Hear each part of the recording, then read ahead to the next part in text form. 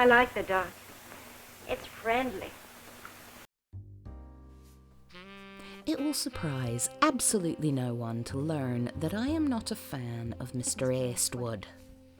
Not as an actor, a director, or as a person, but I have to admit, he made a damn good thriller with Play Misty for Me. His style of acting is just not for me, and he is Eastwooding all over the joint, doing the bare minimum. And so because of this video is going to be a Jessica Walter love-in, because while he's doing the least, she's doing the most, and in the best way. She's absolutely brilliant in this film, and if you haven't seen it, you should really seek it out. You can stream Play Misty for Me on Amazon Prime Video, Apple TV, and YouTube. It was a sad day when she passed away in 2021, so let's celebrate her in Play Misty for Me. Play Misty for Me is a psychological thriller, and in a lot of ways it's a Fatal Attraction prototype, except this time it isn't a morality tale for married men, but for fun-loving bachelors. All that free love of the 60s had to have some consequences. This video contains spoilers, so do with that information what you will. Mr. Eastwood plays David Garver, a late-night jazz radio DJ who meets Evelyn, played by the fabulous Jessica Walter, at a bar one night after his set. They go back to her place and she reveals that they did not meet by accident. She reveals that she heard him mention the bar they met at on his show, and so she went there with the hopes of meeting him. Now, this should have been a red flag for David, but of course he ignores it because sex. And it's worth pointing out that the sex scene between David and Evelyn is basic. There's no music, no passion, and if we contrast that with the sex scene that comes later in the film, which we'll get to, it shows how little actually he cares for Evelyn. The next day, Evelyn shows up at David's house, unannounced. And again, red flag, David. He's a little unnerved, but he once again ignores the signs. I mean, look at her little face in that pink beanie. She's adorable. Also, the man only has beer in his fridge. Now that's a red flag, Evelyn. They share what looks like the world's worst kiss. They have dinner, and late in the morning, when Evelyn leaves, we get a glimpse of the anger that's been hiding inside her. And again, David is unnerved. How'd you like to go screw yourself? David later meets up with his on-again, off-again girlfriend, Toby, who took a break from their relationship because David kept seeing other women. She has a house left to her by her father that she struggles to afford, and so has a fairly constant rotation of roommates that live with her. David even lightly blames her for his wandering penis because she has all these beautiful women around. But David claims that he's not looking for anyone else but her, and that he's been making an effort. To do what? I don't know, because he's slept with Evelyn at least twice at this point. The point is, he's the worst and Toby deserves better. Anyway, David goes for a drink at his regular haunt, and after ignoring Evelyn's calls at the bar, he finds her waiting for him in his car. He tries his best to give her the brush off, but Evelyn just doesn't get the hint.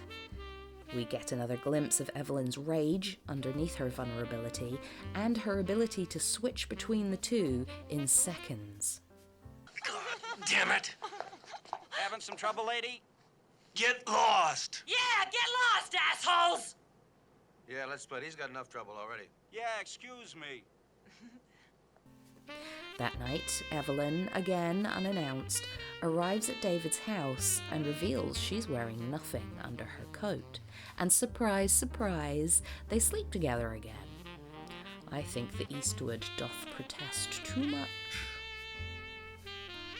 After Evelyn calls him at work at the radio station, David decides enough is enough and breaks things off with Evelyn.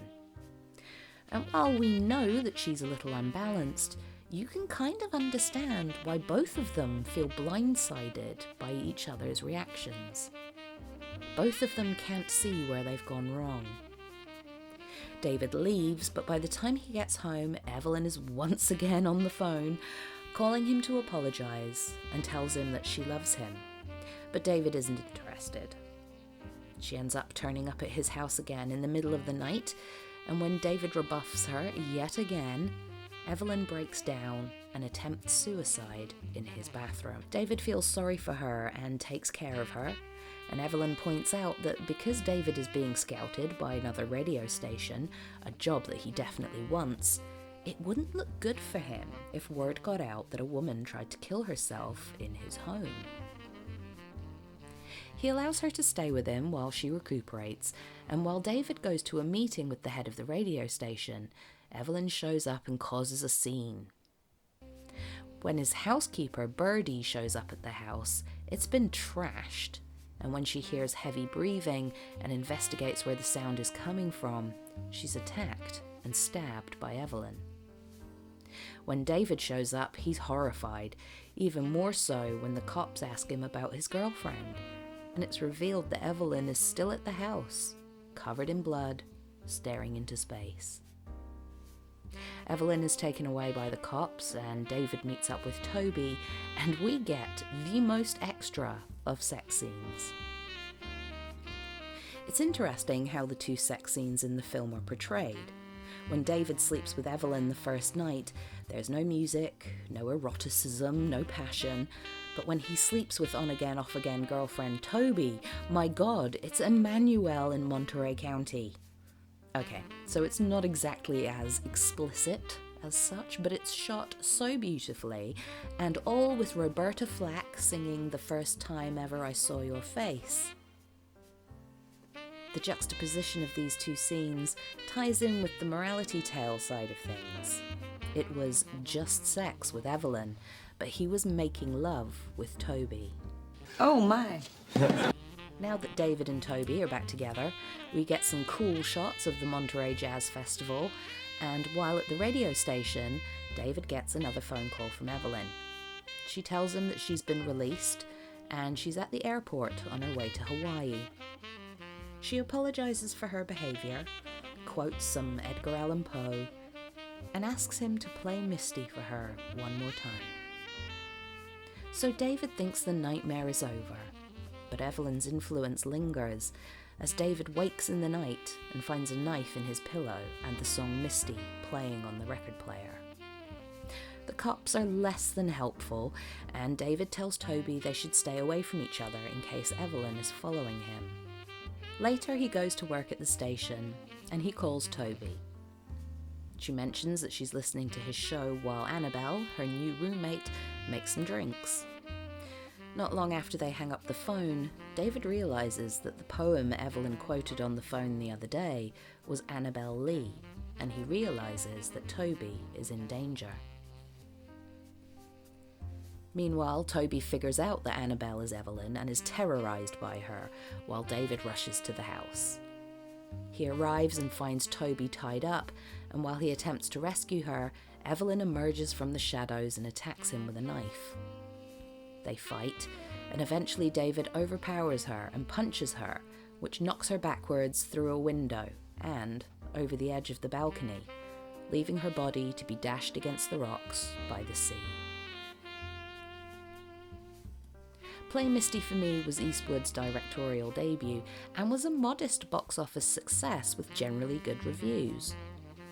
It's a straightforward thriller, but it does a good job of keeping up the suspense throughout the film.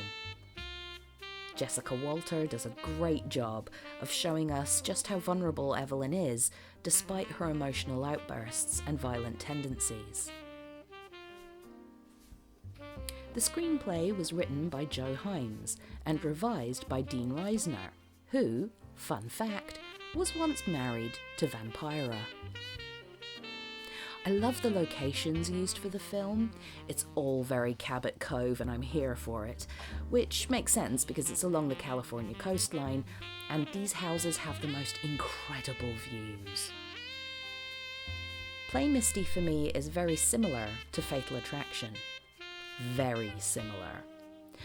Both films cover similar ground, but they have a different feel to them, and both are in direct response to feminism, women's sexuality, bodily autonomy, and so on. Fatal Attraction was a backlash against feminism and the idea of women having it all, family and career. How dare they? Side note, I made a video about Fatal Attraction that goes into a bit more detail, so go check that out. Play Misty For Me is more of a comment on the free love movement of the 60s, which is why I said at the beginning of this video that all that free love had to have some consequences. Where Fatal Attraction was a warning to men not to cheat on their wives, Play Misty For Me is saying, if you sleep around, sooner or later, you'll sleep with a crazy woman. Not that if you continue to treat women like shit, sooner or later, karma will kick your ass.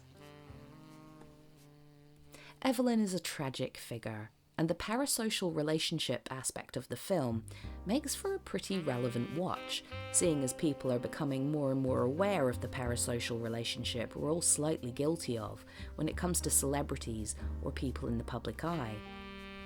Evelyn feels like she already knows David from listening to his radio show, but obviously she doesn't really know him at all.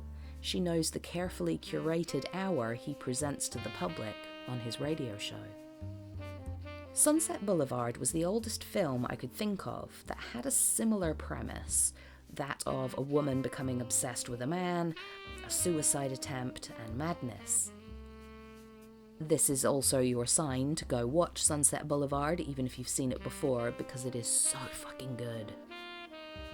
If you can think of any older films that deal with similar themes, let me know in the comments. Thanks for watching. I hope you enjoyed this video, and if you did, please consider joining my Patreon, or you can buy me a coffee. I'll leave links in the description box, but a simple like, subscribe and comment can do a lot to boost me in the ever-changing algorithm. Have a great day. Don't forget to drink some water, remember that Yoko Ono did not break up the Beatles, and stay spooky.